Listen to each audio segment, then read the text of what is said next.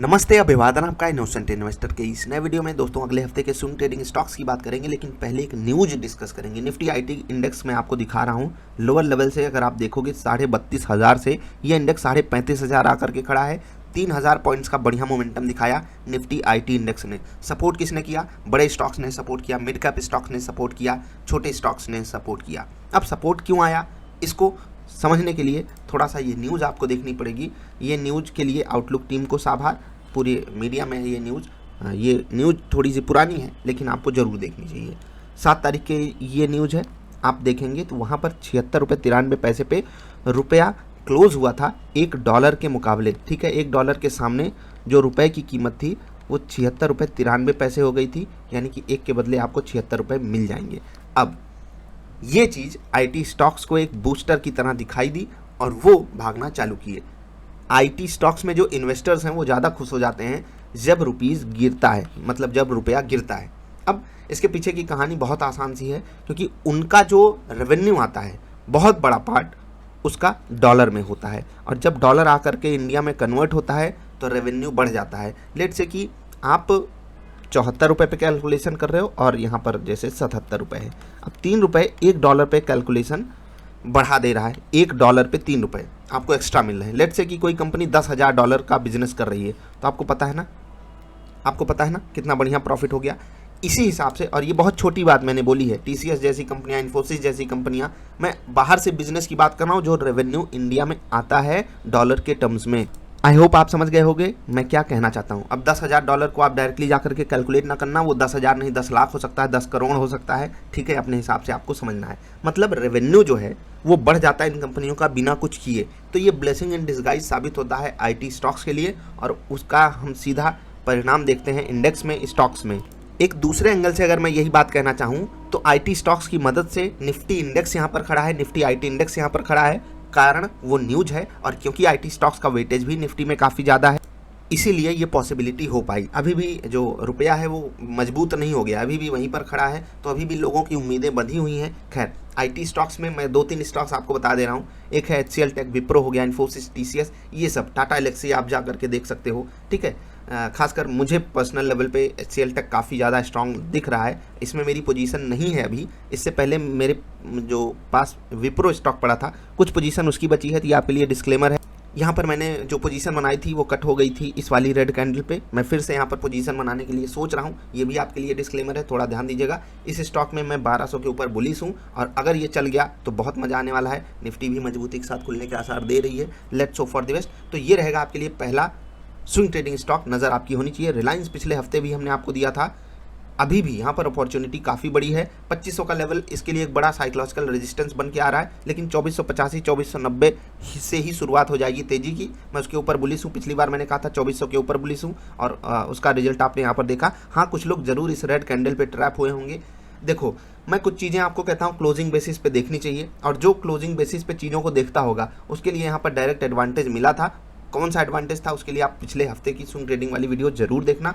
बाकी 2400 के ऊपर मैंने ये स्टॉक आपको खरीदने के लिए बोला था, और अभी ये स्टॉक 2480 के आसपास खड़ा है। टाइटन एक बहुत बड़ा स्ट्रॉन्ग कैंडिडेट है, ये ब्रेकआउट वाला बड़ा मोमेंटम आ चुका है। अब यहाँ पर रिस्क हो गया बड़ा, क्योंकि आपके लिए स्टॉप लॉस जो आ रहा है वो 2575 के आसपास आ रहा है। 125 रुपये का रिस्क, यानी कि 5% का रिस्क लेकर के ट्रेड लेना तो नहीं बनता, लेकिन अगर यहाँ पर मोमेंटम आने लगता है तो इंट्राडे ट्रेड आप जरूर कर सकते हो, स्विंग अवॉइड कर देना यहाँ पर। ठीक है, जियोजीत फाइनेंशियल सर्विसेज, इस स्टॉक पे मेरी नज़र है, कुछ दिनों से नज़र है। थोड़ा सा रेजिस्टेंस प्राप्त किया है 65 के आसपास, लेकिन बिल्डअप बढ़िया हुआ है। यहाँ पर नेकलाइन टूटेगी, बढ़िया मोमेंटम आएगा, देखते हैं। अगर आता है तो हम पकड़ेंगे। एक स्टॉक है सन टीवी, यहाँ पर भी बढ़िया ब्रेकआउट मुझे दिखाई देता है। ये उसी पैटर्न पे है HDFC लाइफ वाले, उतना बड़ा रिस्क रिवार्ड यहाँ पर फेवरेबल नहीं है। मैंने एक स्टॉक आपके लिए डिस्कस किया है, HDFC लाइफ, नज़र आपकी होनी चाहिए। ये जो सन टीवी है 470 पे मैं बाइंग के लिए इसमें तैयार हूँ, और बाइंग करके बैठा कैसे रहूँगा, कैसे मेरा ट्रेड आगे बढ़ेगा, उसके लिए आप जाकर के व्हाट इज ट्रेडिंग सेटअप वाली वीडियो देख सकते हो। वहाँ पर मैंने आपको काफ़ी अच्छे से समझाया है, कुछ सेटअप भी आपको बताए गए हैं, वहाँ से आप जाकर जरूर समझना। अब 2 स्टॉक्स की बात करेंगे। एक स्टॉक है IGL, ये मैंने आपको बताया था ऑलमोस्ट यहाँ पर 5% ये वाली कैंडल में हमने पूरा पार्टिसिपेट किया था। 5.5% ऊपर ये कैंडल क्लोज हुई थी। 400 का साइकोलॉजिकल रेजिस्टेंस इसने 2 बार झेला है।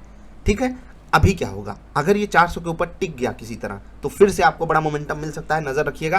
पिछले हफ्ते भी हमने इसमें ट्रेड पकड़ा था और काफ़ी सक्सेसफुल ट्रेड रहा है, TSL हिट हो गया, लेकिन कोई बात नहीं, ठीक है। यहाँ पर मेरी थोड़ी सी पोजीशन बची हुई है, तो ये आपके लिए डिस्क्लेमर, अकॉर्डिंगली आपको भी अरेंज करना है। BPCL मेरे पास पोजीशन होल्डिंग्स में भी है बड़ी, जस्ट लाइक IGL, लेकिन ट्रेडिंग के लिहाज से मैंने कुछ क्वांटिटी यहाँ पर ऐड की हैं, ठीक है, और वो इंट्राडे के लिहाज से ऐड की थी, लेकिन जिस हिसाब से क्लोजिंग हो रही थी मैंने उसको कंटिन्यू रखने की कोशिश की। बड़ी क्वांटिटी नहीं है, लेकिन मैं अभी जहाँ पर ये स्टॉक खड़ा है, अगर चीज़ें फेवरेबल रही, जिस हिसाब से बैट आया है, जिस हिसाब से स्विंगर सेटअप पे मुझे बाई मिला है, मैं यहाँ पर बड़ा ट्रेड पकड़ने की पूरी कोशिश करूँगा। इसने रिटर्न भी दे दिया है लोअर लेवल पे जिन लोगों ने पार्टिसिपेट किया था, लेकिन अभी भी इसमें बड़ी अपॉर्चुनिटी है, तो आपकी नज़र होनी चाहिए।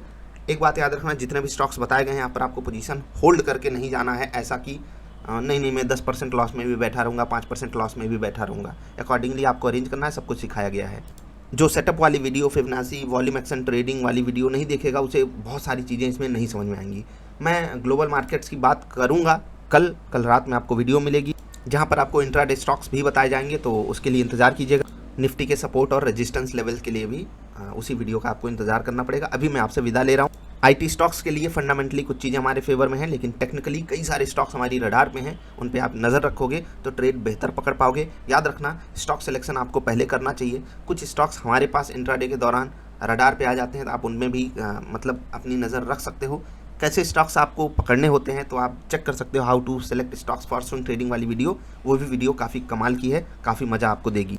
वीकेंड है तो सीखते रहने की पूरी कोशिश करते रहिए। अगर कोई चीज़ नहीं समझ में आती है तो व्हाट्सएप पे कनेक्ट कीजिए, ईमेल भेजिए, लेकिन सीखिए ज़रूर।